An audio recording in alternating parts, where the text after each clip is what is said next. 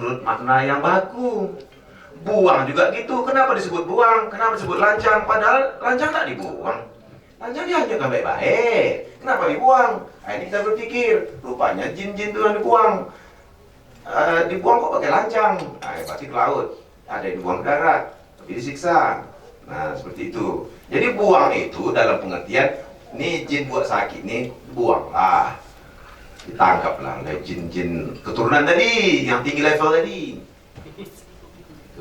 Kayak gitu lah itu ceritanya. Nanti dia pulang ke kampung halamannya dan lain-lain. Ini banyak betul lah pendengar kan. Jadi nah, yang itu yang saya pikirkan sebenarnya. Nggak bisa sekarang. Itu datang ke rumah pasir. Nah, ini pasir. Presiden jin aja. Buka diuntut nama lagi. Iya. Untuk Ayam panggang nomor 3. Oh. Hah? Nomor 2. Ya betul nih. 3 tadi. Nah, Dia berkaitan dengan 3 atau 3. Udah langsung jawab. Nah, itulah jin hebat. Nah, langsung. Ini mama nih. Mak. Mama. Kalau sini enggak, Bukan mama gubron. Kalau sini narasumber. Assalamualaikum warahmatullahi wabarakatuh. Saya tadi ketika disebut bahasa jin, tertulis saya apakah sama bahasa dengan bahasa Mama Gufron gitu kan? Karena dia menggunakan bahasa jin.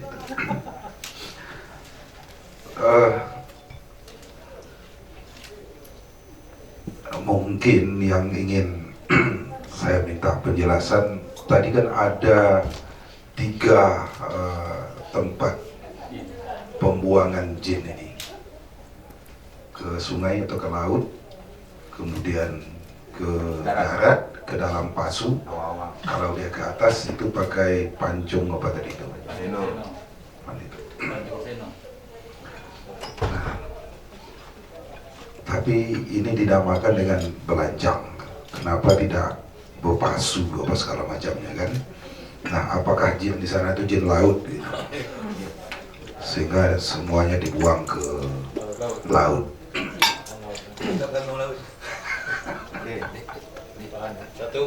Satu. Panahnya banyak kan? Oh, tidak. Gawat tetangga. Yang kedua, ini kan peristiwa dikatakan upacara atau ritual pengobatan ini. Tentu banyak ini orang yang ingin melihat. Saya dulu itu waktu kecil-kecil di kampung itu ada orang gila diobati dengan turun hantu itu. Menggunakan apa itu mayang, pinang itu, dia di ayun-ayun dinyanyikan segala macam. Anak-anak tak boleh melihat nanti kemasukan. Nah ini tempatnya kan berbeda.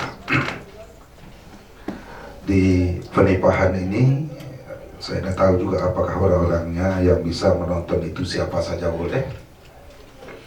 Tentu ada juga umpamanya kalau terkena pantang larang ya, baik orang situ maupun pendatang. Saya ingat Nathan Borat situ dulu di Saka itu ada upacara pengobatan, jadi ada orang yang kena apa penyakit yang putih itu, sopak bahasa kita albino ya apa tuh. Nah dia kan sedikit mengejek orang Sakai yang kena sakit macam sopak itu. Bukan, dia kena sopak putih semuanya itu. Nah dari situlah dia katakan stres atau macam mana, katakan gila ya juga gitu kan. Nah akhirnya ya sama dengan tadi, penyakit jin disembuhkan dengan jin. Jadi penyakit bukan orang Sakai disembuhkan lagi oleh orang Sakai. Sama dengan mau dapat uang ya dengan uang juga. Mau dapat ikan ya umpatnya ikan juga. Baru tahu.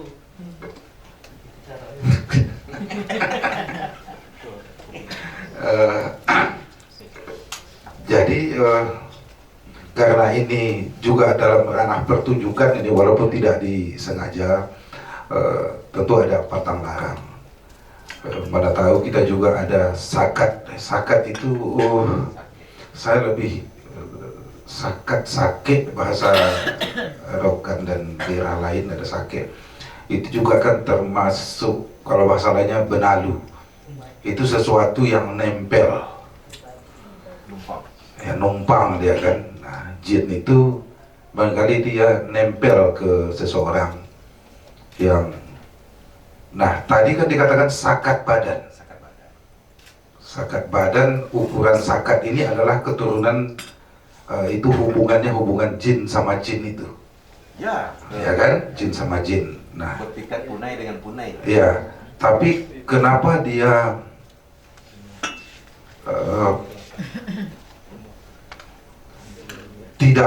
tidak dapat pada orang yang lain gitu.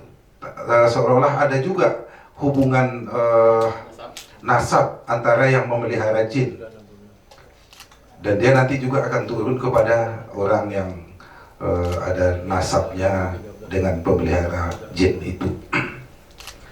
Saya tidak tahu itu sudah pertanyaannya keberapa. Ya. Yang ketiga ya. Tapi kan ringan-ringan.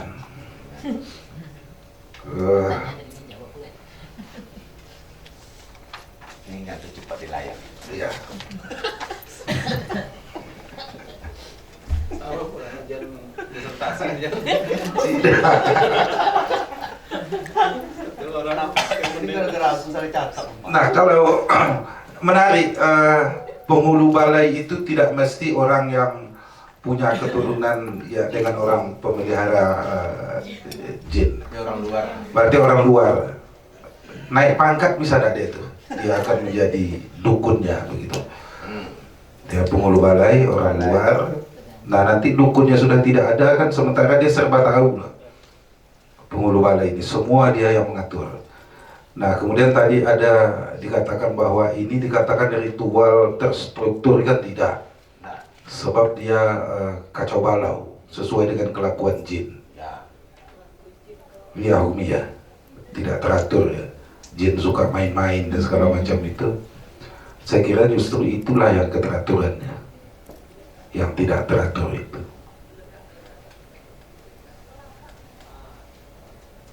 Saya kira itu yang untuk mungkin perlu kami dijelaskan. Terima kasih.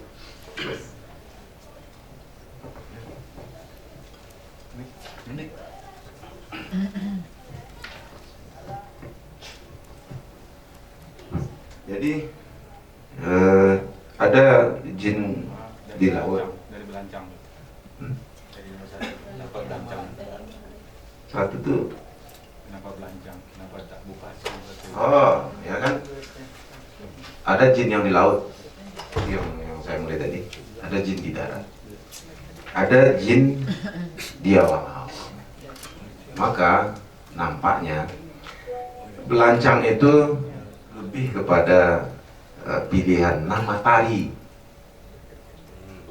Nah, contoh beliau ada Ajo Buai Gilo, ada Bung Kuayang, makanya orang Bandai bilang Bung Kuayang. Maka pilihan jatuh kepada tari belancang itu.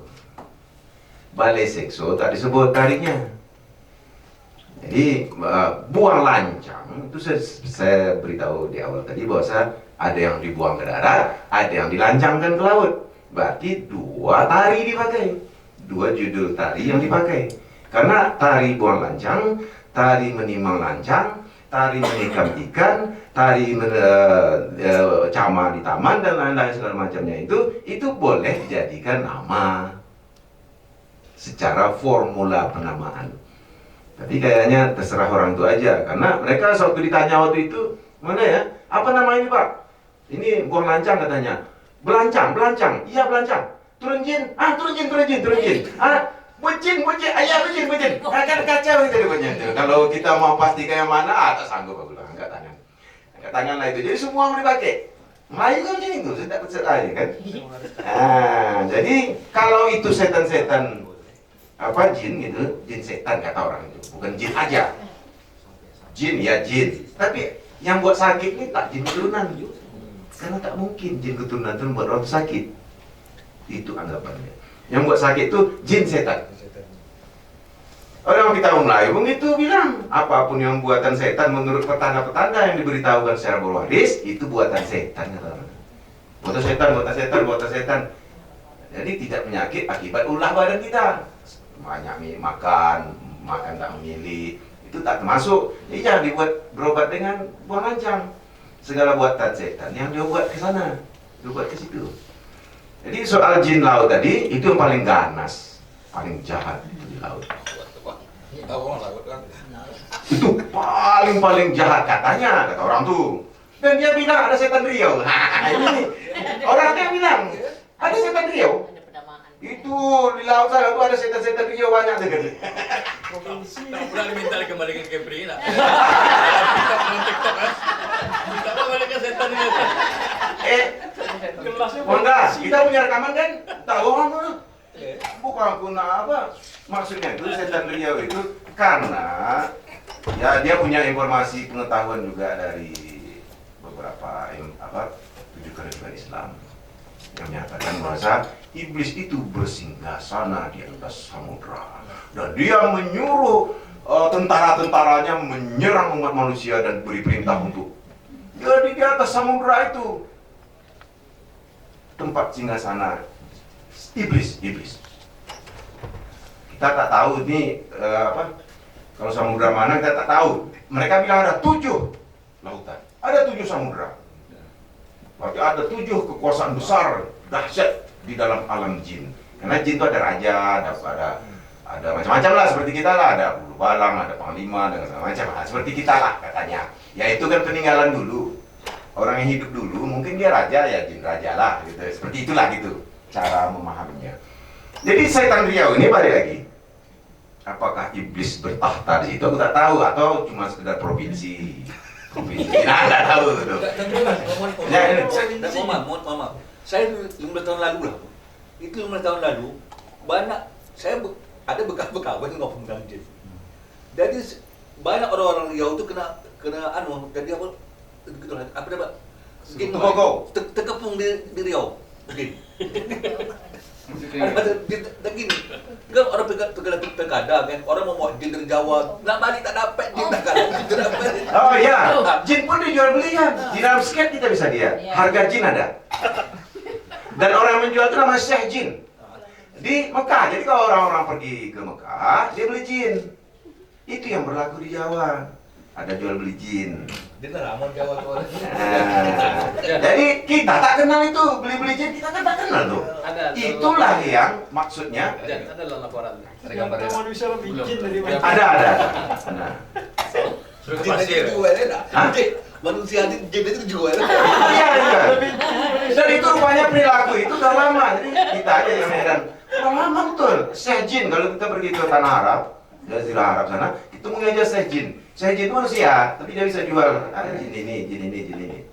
Itulah yang dibawa-bawa oleh orang kita pun, orang Melayu pun banyak juga kenal orang tua-tua tak ada tuh. Beli jin, jual beli jin tuh tidak kita kenal dalam budaya kita. Karena kita nih jin semua, jadi tak boleh beli lagi. Jadi upacara banyak. Hah? Supaya nak ketahuan je bikin nama John. Saya kan jin dan Jun, saya Junaidi, ya Jun. Upacara Dia ada nyimpan itu dah. Aduh. Upacara banyak apa? Nomor 2. Oh, banyak orang hadir. Perhatikan orang Ada pantang. dalam pengobatan tadi. Jadi ini menghadirkan ritual ini. Saya sebenarnya agak berat mengatakan ritual karena ritual itu tidak tercermin di dalam buah lancang itu. Jadi pengobatan lah, metode pengobatan ini buah lancang ini. Apa tadi makna? Orang itu melihat pantang larang.